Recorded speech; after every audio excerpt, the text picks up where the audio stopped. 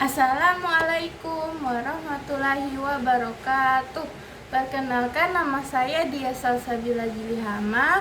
Saya dari kelas 11 DKV. Baik, pada kesempatan kali ini saya akan menjelaskan tentang masuknya Jepang dan jatuhnya Hindia Belanda. Masuknya Jepang dan jatuhnya Hindia Belanda adalah ekspansi Jepang ke wilayah Asia Tenggara, termaksud Hindia Belanda sekarang di Indonesia, didorong oleh beberapa faktor utama. Yang pertama, kepentingan ekonomi dan industri. Sejak periode Meiji hingga tahun 1920, industri Jepang berkembang pesat, terutama sektor perkapalan, teknis, dan industri berat. Ekspansi ini didukung oleh konglomerat besar Jaibaru seperti Mitsubishi dan Mitsui. Perkembangan ini membutuhkan sumber daya alam yang melimpah, terutama minyak bumi. Yang kedua yaitu politik global. Kekalahan Jerman dalam Perang Dunia dan perjanjian Versailles yang membatasi kekuasaan militer Jepang rasio 5,53 dan Inggris dan Amerika menimbulkan rasa kecewa dan ketidakpuasan. Hal ini memicu munculnya pandangan ultranasionalisasi dan militeristik. Yang ketiga, ambisi Hakoichi, 8 penjuru dunia di bawah satu atap. Jepang memiliki ambisi besar untuk menguasai wilayah Asia Timur Raya dan mulanya meliputi Tiongkok, Korea, dan Taiwan. Ambisi ini kemudian meluas ke arah Asia Tenggara, menggantikan kolonialisme Barat. Yang berikutnya adalah ekspansi menuju selatan Nassim dan jatuhnya Hindia Belanda. Tujuan militer Jepang menyerang Hindia Belanda pada tahun 1941 adalah untuk mengamankan sumber daya alam vital, terutama minyak bumi, yang bertujuan untuk berperang. Selanjutnya adalah jatuhnya Hindia Belanda.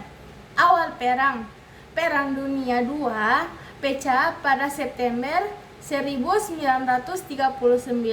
Belanda ikut berperang pada Mei 1940. Jerman menduduki Belanda. Hal ini membuat Ratu Belanda menguasai ke Inggris dan memerintah kolonial Belanda di Hindia. Belanda menjadi rentan. Serangan Jepang. Upaya Amerika Serikat menghentikan ekspor minyak ke Jepang mendorong Jepang untuk mempercepat serangan.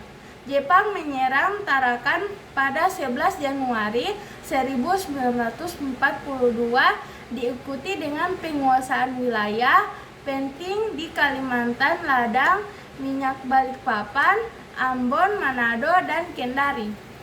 Penguasaan Barat. Setelah berhasil di wilayah timur, Jepang mengalihkan fokus ke wilayah barat, yaitu Palembang yang juga kaya akan minyak. Jatuhnya Palembang membuka jalan bagi Jepang untuk menguasai Jawa. Berikutnya yaitu pendudukan. Jepang berhasil menduduki Indonesia yang saat itu masih bersama Hindia Belanda sejak tahun 1942 dan 1945 dan menyebut masa ini sebagai pendudukan. Berikutnya yaitu dampak dan reaksi. Yang pertama yaitu penerimaan awal bagi Asia. Kedatangan Jepang awalnya dianggap membawa harapan baru bagi sebagian bangsa Asia yang dijajah Barat. Jepang menggunakan propaganda Asia Timur Raya dan slogan-slogan seperti Cahaya Asia untuk menumbuhkan nasionalisme dan kepercayaan diri bangsa Asia, seolah-olah ingin membebaskan mereka dari penjajahan Barat. kedua yaitu perubahan pandangan. Namun, penduduk Jepang ternyata bersifat eksploitatif dan militeristik. Mereka datang untuk mengeksploitasi kekayaan alam dan sumber daya manusia Indonesia untuk kepentingan mereka bersama. Terima kasih banyak.